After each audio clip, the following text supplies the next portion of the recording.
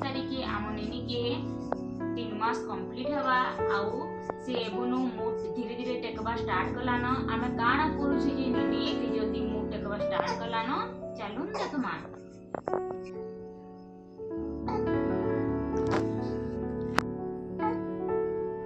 देखुन ई केनता धीरे धीरे तार मुड टेकबा स्टार्ट कलान देखुन हेडटा पूरा कंट्रोल रे टिके आसी। देखुन निनी के आमे पहला दिने पूरे सब तकिया ऊपर आराम से ताकि धीरे धीरे सुआलो आ निनी आराम से हमर कांदाना गोगाना किछि नहीं करी देखुन आराम से अच्छे। तापरे काय करनु कि आमे धीरे धीरे ताकि सबु दिन अभ्यास करालु। आपण जेते बेले भी एंती सुआबे ले पेटटा पूरा खाली हेबार कथा आ तकियाटा सॉफ्ट हेबार कथा। तो निनी हमर आराम से कंफर्टेबल देखुन ऊपर के केंदी टांगुचे आ तार बापा काना करसन सामना दे किटे खेलना कि काना उठे देई करी माने गुटे जेंती फोकस हेबा गुटे जगह के देखबा हे हिसाब रे हमें करसु।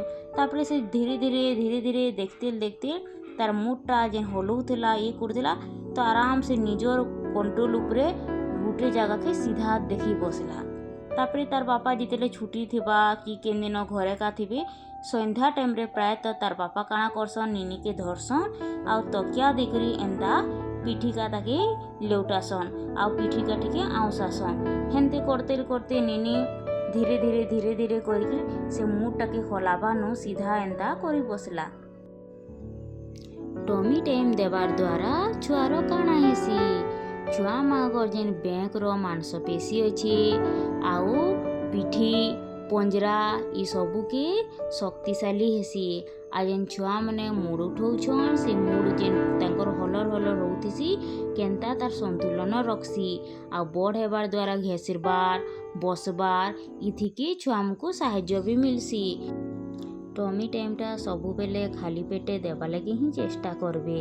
आ वीडियोटा आपनको केनते लागला जे कमेंट माध्यम रे निश्चय जनाबे लाइक शेयर आउ सब्सक्राइब कर देबे।